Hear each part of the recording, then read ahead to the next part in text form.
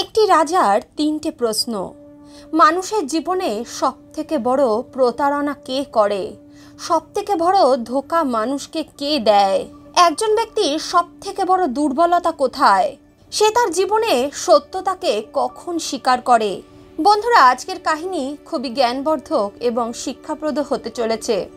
আপনাদের কাছে নিবেদন রইল আজকের কাহিনীটি অবশ্যই পুরোটা দেখুন। বন্ধুরা, দক্ষিণ প্রদেশে এক মহান রাজা বাস করতেন। তার এক প্রধানমন্ত্রী ছিল। তিনি সবসময় এটা ভাবতেন, রাজার জীবন কত না সুখের। রাজার সব কাজ তো আমিই করে দিই। রাজা তো শুধু নামমাত্রের রাজা, আর আমার মধ্যে এত গুণ থাকা সত্ত্বেও আমি রাজা হতে পারিনি। এমন সব কথা ভেবেই সে সব সময় উদাস থাকতে লাগলো। রাজা তার মন্ত্রীর এমন ব্যবহারে খুবই দুঃখিত ছিলেন। রাজামশাই তার মন্ত্রীর এই দুঃখের এবং উদাসীর কারণ একাকিত্বে জিজ্ঞেস করতে চাইছিলেন। এমনই একদিন রাজা তার মন্ত্রী মহাশয়ের সঙ্গে বাগিচায় হাঁটতে গেলেন। সেখানে হাঁটতে হাঁটতেই রাজা মন্ত্রীকে বলতে লাগলেন, হে মন্ত্রী, আমি অনেক দিন ধরে দেখছি তুমি না আগের মতো হাসাহাসি করো, না কথা বলো ঠিক করে। তোমার কি হয়েছে বলো তো? তুমি সব সময় উদাস উদাস থাকো। আজকে তোমার এই উদাসীর রহস্য আমাকে বলতেই হবে। কি কারণে তোমার মন এত খারাপ? তোমাকে এমন লাগছে কেন দেখতে? এরই কারণে আমি আজ তোমাকে একান্তে ডেকেছি। আমি জানতে চাই যে তুমি কি চাও। আমি জানতে চাই তোমার জীবনের সবথেকে বড় ইচ্ছা কি? কেন তোমার মন এত খারাপ থাকে? তুমি আজ আমাকে নির্ভয় হয়ে তোমার মনের সকল ইচ্ছা বলো। আমি তোমার মনের ইচ্ছার পূর্তি করার চেষ্টা করব। রাজার মুখে এমন কথা শুনে প্রথমে মন্ত্রী খুবই লজ্জিত হলো এবং নিজের মাথা হেঁট করে নিল। বন্ধুরা, এটা সত্যি, যার মনে চুরি থাকে সে সব সময় ভয়ে ভয়েই নিজের দিন কাটায়। তখন রাজামশাই বলতে লাগলো, হে মন্ত্রী, তুমি আমাকে নির্ভয় হয়ে তোমার মনের ইচ্ছা বলতে পারো। মন্ত্রী বলল, মহারাজ, আমি অনেক সময় এটা ভাবি, আপনি এত বড় রাজ্যের স্বামী, আপনার জীবন কত না আনন্দময় হবে। আমার কাছেও যদি এরকম রাজ্য থাকতো, অথবা এমন রাজ্যের 10 ভাগ যদি আমি পেতাম, তাহলে আমি নিজেকে খুবই ধন্য বলে মনে করতাম। রাজা বলল, ও যদি এমনই ব্যাপার হয় তাহলে এটা এমন কোনো বড় কথা নয়। আমি তোমাকে অর্ধেক রাজ্যের স্বামী বানিয়ে দিচ্ছি। রাজার উত্তর শুনে মন্ত্রী ভয় পেয়ে গেল আর বলতে লাগলো, মহারাজ, এটা কিভাবে সম্ভব? আপনি কেন আমাকে আপনার অর্ধেক রাজত্ব দিয়ে দিতে চাইছেন? আপনি আমার সঙ্গে ঠাট্টা করছেন না তো? রাজার মুখে এমন কথা শুনে মন্ত্রী খুবই খুশি হয়ে গেল এবং সেখান থেকে নিজের বাড়ি চলে গেল। রাজ দরবারে রাজা এই ঘটনার ঘোষণা করল। রাজামশাই বলতে লাগলো, আমি আমার অর্ধেক রাজত্ব আমার মন্ত্রীর নামে করে দিতে চাই। তারই সঙ্গে রাজা এই ঘোষণাও করলো, আজ থেকে শুরু করে 30তম দিনে আমি আমার মন্ত্রীর মাথা ধর থেকে আলাদা করে দেব। রাজার এমন বিচিত্র ঘোষণা শুনে রাজ্যের সকল ব্যক্তিরাই অবাক হয়ে গেল। তারা ভাবতে লাগলো, রাজা এ কেমন ধরনের ঘোষণা করছে? একদিকে মন্ত্রীকে নিজের অর্ধেক রাজত্ব দিয়ে দিতে চাইছে, আর অপরদিকে তার মাথা ধর থেকে আলাদা করে দেবে বলছে। রাজার এমন ঘোষণা শুনে মন্ত্রী অত্যন্ত ভয় পেয়ে গেল এবং রাজার চরণে গিয়ে পড়ল। সে বলতে লাগলো, মহারাজ, আপনি যদি আমাকে অর্ধেক রাজত্ব না দিতে চান তাহলে দেবেন না, কিন্তু আমাকে মারার দণ্ড দেবেন না। যদি আমি না থাকি তাহলে রাজ্যের সুখ কে ভোগ করবে? তখন রাজামশাই বলতে লাগলো, হে মন্ত্রী, আমি তোমাকে এই কারণে মারতে চাইনি যে তুমি আমার অর্ধেক রাজত্ব নিয়ে নিয়েছো, বরঞ্চ আমি এই কারণে তোমাকে মারতে চেয়েছি যে তুমি আমার প্রশ্নের উত্তর দিতে পারো। আমার 3টি প্রশ্ন আছে। সেই 3টি প্রশ্নের উত্তর যদি তুমি আমাকে 1 মাসের মধ্যে দিয়ে দিতে পারো তাহলে আমি তোমাকে কিচ্ছু করব না। কিন্তু 30 দিনের মধ্যে তুমি যদি আমার এই 3টি প্রশ্নের উত্তর না দিতে পারো তাহলে আমি তোমার মাথা ধর থেকে আলাদা করে দেব। আমার 3টি প্রশ্নের মধ্যে প্রথম প্রশ্ন হলো, মানুষের জীবনের সবথেকে প্রথম সত্যতা কখন আসে? অর্থাৎ মানুষ জীবনে কখন সত্যের মুখোমুখি হয়? আমার দ্বিতীয় প্রশ্ন হলো, মানুষের জীবনে সবথেকে বড় ধোঁকা তাকে কে দেয়? আমার তৃতীয় প্রশ্ন হলো, মানুষের সবথেকে বড় দুর্বলতা কোথায়? ওই 3টি প্রশ্ন মন্ত্রী একটি কাগজে লিখে নিল ও সেখান থেকে চলে আসলো। এখন তো মন্ত্রী খুবই সংকটে পড়ে গেল। সে মনে মনে ভাবতে লাগলো, রাজা আমাকে কেমন দুবিধায় ফেলে দিল। আমি সুখী হব, আনন্দিত হব নাকি দুঃখ প্রকাশ করব? হায় বিধি, আমার কেমন কপাল, আমি অর্ধেক রাজ্যের রাজা হয়েও খুশি অনুভব করতে পারছি না। এদিকে রাজ্য পাওয়ার খুশি তো, অপরদিকে মৃত্যুর ভয়। মন্ত্রী মনে মনে ভাবতে লাগলো, যদি 30 দিনের মধ্যে রাজার প্রশ্নের উত্তর না দিতে পারি তাহলে রাজা আমার মাথা ধর থেকে আলাদা করে দেবে বলেছে। বন্ধুরা, সংসারের সুখও এমনই ধরনের হয়। সব সুখের পিছনে একটা করে দুঃখ লেগেই থাকে।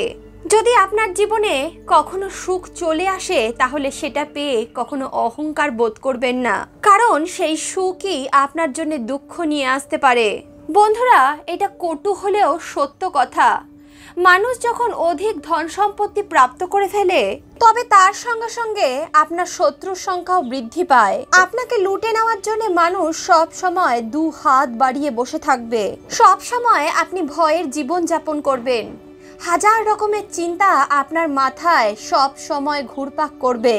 তারই সঙ্গে সঙ্গে আপনার শরীরও অলস হয়ে যায়, কারণ অধিক ধনবান ব্যক্তিকে তো তেমনভাবে পরিশ্রম করতে হয় না, তাই তার শরীরে বিভিন্ন রকম রোগ বাসা বাঁধতে শুরু করে। যারা আপনার উপর হিংসা করে তারা সব সময় এমন রাস্তা খুঁজতে থাকে যে তারা কোনো মতে আপনাকে প্রতারিত করতে পারে, আপনাকে ছোট প্রমাণিত করতে পারে। তারা আপনাকে পেছনে ফেলে কিভাবে আগে এগিয়ে যাবে তাই নিয়েই সব সময় চিন্তা করতে থাকে। বন্ধুরা, মাছ যখন ভোজনের সুখ নিতে যায় তখন সে কাঁটায় ফেসে যেতে পারে। হাতি যদি মৈথুনের সুখ নিতে যায় তাহলে সারা জীবন তাকে সার্কাসেই কাটাতে হয়। ইন্দ্রিয়ের সুখও ঠিক একই রকমের হয়। যদি বেশি সুখ ভোগ করতে যান তাহলে দুঃখও আপনাকে ভোগ করতে হবে। বন্ধুরা, এদিকে মন্ত্রী দুশ্চিন্তাগ্রস্ত হয়ে ঘর থেকে বাইরে বেরিয়ে পড়ল। তার এই বিষয় নিয়ে কোনো খুশিই ছিল না যে সে অর্ধেক রাজ্যের রাজা হতে চলেছে। সে ওই 3টি প্রশ্নের উত্তর খোঁজার জন্য ঘর থেকে বেরিয়ে পড়ল। সে তো শুধুমাত্র একটা কথাই ভাবছিল, সে যদি রাজার প্রশ্নের উত্তর না দিতে পারে তাহলে তাকে মৃত্যুবরণ করতে হবে। রাজা তার মাথাটা ধর থেকে আলাদা করে দেবে। প্রশ্নের উত্তর পাওয়ার জন্য সে বড় বড় সন্ত মহাত্মাদের কাছে গেল, বড় বড় বিদ্বান ব্যক্তিদের কাছে গেল, কিন্তু তারাও তার প্রশ্নের উত্তর তাকে দিতে পারলো না। সব গ্রাম ও শহরে সে সারা দিন ঘুরে বেড়াতে লাগলো।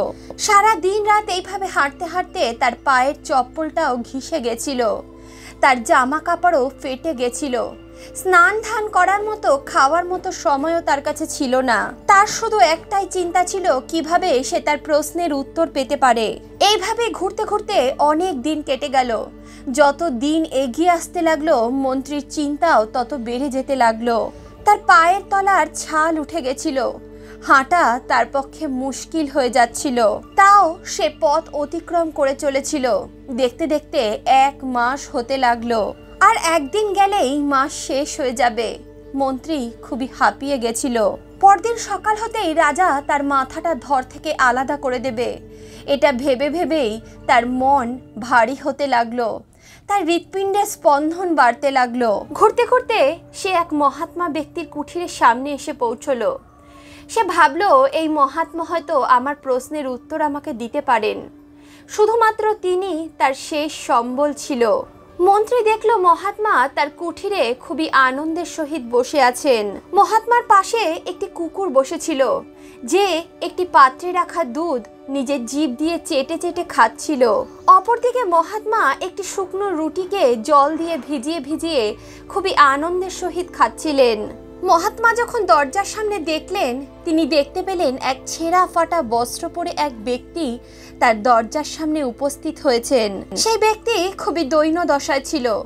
তাকে দেখা মাত্রই মহাত্মা বলতে লাগলো, আসুন, আপনি একদম ঠিক জায়গায় এসেছেন।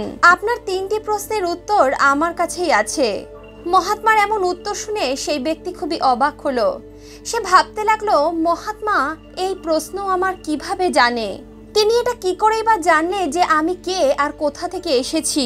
তারপর সে সাধু যখন তার স্থান থেকে উঠলেন তখন মন্ত্রী দেখতে পেলেন মহাত্মা সেই একই ধরনের বস্ত্র পরে আছেন যেই বস্ত্র রাজা তাকে উপহার হিসেবে দিতেন। মহাত্মার বস্ত্র দেখে সেই মন্ত্রী খুবই অবাক হয়ে গেল। তখন সেই মহাত্মা মন্ত্রীকে বলতে লাগলো, আমার বস্ত্র দেখে অবাক হওয়ার কিছু নেই। আমিও একদিন কোনো এক রাজার মন্ত্রী ছিলাম। একদিন আমিও তোমারই মতো রাজার সঙ্গে শর্ত লাগিয়ে বসলাম। রাজা আমার কাছেও 3টি প্রশ্ন জিজ্ঞেস করলো এবং বলল আমার এই প্রশ্নের উত্তর 1 মাসের মধ্যে চাই, তা না হলে রাজা আমার মাথা ধর থেকে আলাদা করে দেবেন বলেছিলেন। তখন সেই মন্ত্রী ওই মহাত্মাকে জিজ্ঞেস করতে লাগলেন, তাহলে কি তুমি রাজার 3টি প্রশ্নের উত্তর দিতে পেরেছিলে? তখন সে সাধু বলল, হ্যাঁ, আমি 3টি প্রশ্নের উত্তর দিতে পেরেছিলাম এবং রাজা আমাকে অর্ধেক রাজত্বও দিয়ে দিয়েছিল, কিন্তু আমি সেই রাজত্বকে পায়ে ঠোকর মেরে সেখান থেকে বেরিয়ে এসেছি। আমি এখন জঙ্গলে থাকি, শুকনো রুটি জল দিয়ে ভিজিয়ে খাই এবং নির্ভয়ে ও আনন্দে বাস করি। না কিছু হারানোর দুঃখ আছে, না কিছু পাওয়ার ইচ্ছা। এখন আমি নিজেকে সর্বসুখী বলে মনে করি। তখন মন্ত্রী বলতে লাগলো, হে মহাত্মা, আপনি কি আমার এই 3টি প্রশ্নের উত্তর দিতে পারবেন? তখন মহাত্মা বললেন, হ্যাঁ, আমি তোমার 2টি প্রশ্নের উত্তর তো কোনো শুল্ক ছাড়াই দেব, কিন্তু শেষ প্রশ্নের উত্তর জানার জন্য তোমাকে মূল্য দিতে হবে। মন্ত্রী বলল, হে মহাত্মা, আপনি যে মূল্য চাইবেন আমি সেই মূল্যই দিতে রাজি আছি, আপনি শুধু আমাকে উত্তরটা বলে দিন। তখন মহাত্মা বলতে লাগলো, দেখো, তোমার প্রথম প্রশ্নের উত্তর হলো মৃত্যু। মৃত্যুই হলো জীবনের সবথেকে বড় সত্যতা। যে এই পৃথিবীতে এসেছে তাকে তো মৃত্যুবরণ করতেই হবে। এমনটা নয় আপনি যদি বড়ই ধনবান হন, আপনার কাছে যদি অনেক অর্থ থাকে আর মৃত্যু আপনার কাছে আসলে আপনি তাকে কিছু অর্থ দিয়ে দেবেন আর সে আপনার কাছ থেকে চলে যাবে। এমনটাও নয় আপনি যদি খুবই সুন্দর হন তাহলে মৃত্যু আপনার সুন্দরতায় মুগ্ধ হয়ে আপনাকে ছেড়ে চলে যাবে। এমনটাও নয় যে আপনি যদি খুব জ্ঞানীও হন আর মৃত্যু আপনার কাছে আসলে আপনি তাকে উপদেশ দিয়ে আপনার কাছ থেকে দূরে সরিয়ে দেবেন। এমনটাও নয় যে আপনি যদি খুব শক্তিশালী হন তাহলে মৃত্যু আপনাকে ভয় পেয়ে আপনার কাছ থেকে দূরে সরে যাবে। এমনটা কিছুই হতে পারে না। তুমি যেই হও না কেন তোমার কোনো পরিকল্পনাই কাজে আসবে না। এর কারণে এটাই জীবনের সবথেকে বড় সত্যতা। তোমার দ্বিতীয় প্রশ্ন ছিল, জীবনের সবথেকে বড় ধোঁকা মানুষকে কে দেয়? এর উত্তর হলো, জীবনই জীবনকে সবথেকে বড় ধোঁকা দিয়ে থাকে।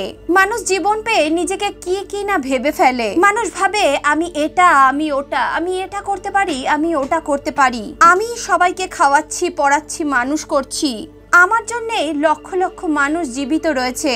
এই জীবনে বাঁচার জন্য মানুষ মিথ্যা, ছল, কপটতা এবং অনেক ধরনের খারাপ খারাপ আচরণের সঙ্গে যুক্ত হয়ে যায়। মানুষ এত অহংকারী হয়ে যায় সে কাউকে পাত্তা দেয় না, সকলকে সে তুচ্ছ মনে করে। কিন্তু একদিন এই জীবনই তাকে ধোঁকা দিয়ে দেয়, তার সমস্ত সুখ স্বাচ্ছন্দ্য তার কাছ থেকে কেড়ে নেয়। এই জীবন কাকে কখন বড়লোক বানিয়ে দেয়, কাকে কখন দরিদ্র বানিয়ে দেয় কেউ জানে না। তারপর মহাত্মা বলতে লাগলো, এখন আমি তোমাকে তোমার তৃতীয় প্রশ্নের উত্তর দেব, কিন্তু তার আগে তোমাকে আমার মূল্য চুকাতে হবে। মন্ত্রী বলতে লাগলো, ঠিক আছে মহাত্মা, আপনি যা বলবেন আমি তাই করতে রাজি আছি, আপনি বলুন আপনি কত মূল্য চান। তখন সে মহাত্মা বলতে লাগলো, আমার কোনো অর্থ চাই না, আমি চাই তুমি আমার এই কুকুরের খাওয়া দুধটাকে পান করো। মহাত্মার মুখ থেকে এমন কথা শুনে সেই মন্ত্রী খুবই অবাক হয়ে গেল। সে বলতে লাগলো, না না, আমি এটা করতে পারবো না। হে মহাত্মা, কুকুর একটি অপবিত্র প্রাণী, তার মুখের এঁঠো খেতে আমি কখনোই পারবো না। আপনার কোনো প্রয়োজন নেই আমাকে তৃতীয় প্রশ্নের উত্তর জানানোর। এমনটা বলে সেই মন্ত্রী সেখান থেকে প্রস্থান করতে লাগলো। কিন্তু কিছু দূর যাওয়ার পর তার মনে হলো, কাল ভোর হওয়ার সঙ্গে সঙ্গেই তো রাজা আমার ধর থেকে মাথা আলাদা করে দেবেন। এমনটা ভেবে সে মহাত্মার কাছে ফেরত চলে আসলো এবং কুকুরের সেই এঁঠো দুধটি পান করতে লাগলো। তারপর সে মহাত্মাকে জিজ্ঞেস করলো, হে মহাত্মা, আমার তৃতীয় প্রশ্নের উত্তর এবার আপনি আমাকে দিন। মহাত্মা বলল, তোমার তৃতীয় প্রশ্নের উত্তর এটাই, মানুষ যখন বিপদে পড়ে তখন সে ছোট থেকে ছোট কাজও অনায়াসে করতে পারে। যখন কোনো ব্যক্তি রাজা থাকে, ধনী থাকে, তখন সে ছোট ছোট কাজকে ঘৃণা করতে থাকে, কিন্তু যখন সে ভিখারিতে পরিণত হয় তখন সেই ছোট ছোট কাজগুলোই সে অনায়াসে করে দিতে পারে, কারণ তখন সে মজবুর হয়ে যায়, সে বিবশ হয়ে যায়। সে কাজটা না করলে হয়তো তার পেট চলবে না অথবা তাকে মৃত্যুবরণ করতে হবে। মানুষ এইভাবেই বিপদে পড়ে মজবুর হয়ে অনেক কাজ করে। বাঘ যখন স্বতন্ত্র থাকে সে সকলকে মেরে ছিঁড়ে খেয়ে নেওয়ার ক্ষমতা রাখে। সেই বাঘই মজবুরিতে পড়ে সার্কাসে খেলা দেখাতে বাধ্য হয়। এমনই প্রত্যেকটা প্রাণীর হিসাব হয়। যে কাজটা সে করতে চায় না, মজবুরিতে বিপদে পড়লে তাকে সেই কাজটাও করতে হয়। দেখো, তুমিও নিজের মৃত্যুকে ভয় পেয়ে কুকুরের এঁঠো দুধ পান করতে রাজি হয়ে গেলে। এটা তোমার মজবুরি ছিল, আর এটাই হলো মানুষের সব থেকে বড় দুর্বলতা। বন্ধুরা, ওই 3টি প্রশ্নের উত্তর জেনে মন্ত্রী খুবই প্রসন্ন হলো এবং পরদিন সকালে রাজা যখন তাকে ওই 3টি প্রশ্নের উত্তর জিজ্ঞেস করলো, সে অনায়াসেই ওই 3টি প্রশ্নের উত্তর রাজাকে জানালো। কিন্তু এর পরিপ্রেক্ষিতে রাজা যখন তাকে অর্ধেক রাজত্ব দিতে চাইলো, সে ওই অর্ধেক রাজত্ব আর গ্রহণ করলো না। সে ওই অর্ধেক রাজত্ব পায়ে ঠেলে সেখান থেকে চলে গেল। কারণ বন্ধুরা, ওই 3টে প্রশ্নের উত্তর তার মনে রাজ্য পাওয়ার যে লালসা ছিল সেটাকেই সমাপ্ত করে দিয়েছিল। তারপর সে মন্ত্রীও ওই সন্ত মহারাজের মতো জঙ্গলে একটি কুঠির নির্মাণ করে একান্তে বাস করতে লাগলেন এবং সুখ ও শান্তির পথ বেছে নিয়ে ভগবানের নাম কীর্তন করতে লাগলেন। বন্ধুরা, আজকের কাহিনী আপনাদের কেমন লাগলো কমেন্টে অবশ্যই লিখে জানাবেন। ভিডিওটি ভালো লাগলে অবশ্যই ভিডিওটিতে একটি লাইক করুন, বন্ধু বান্ধব আত্মীয় পরিজনের সঙ্গে ভিডিওটি শেয়ার করুন, আর অন্তর্মন থেকে বলুন রাধে রাধে।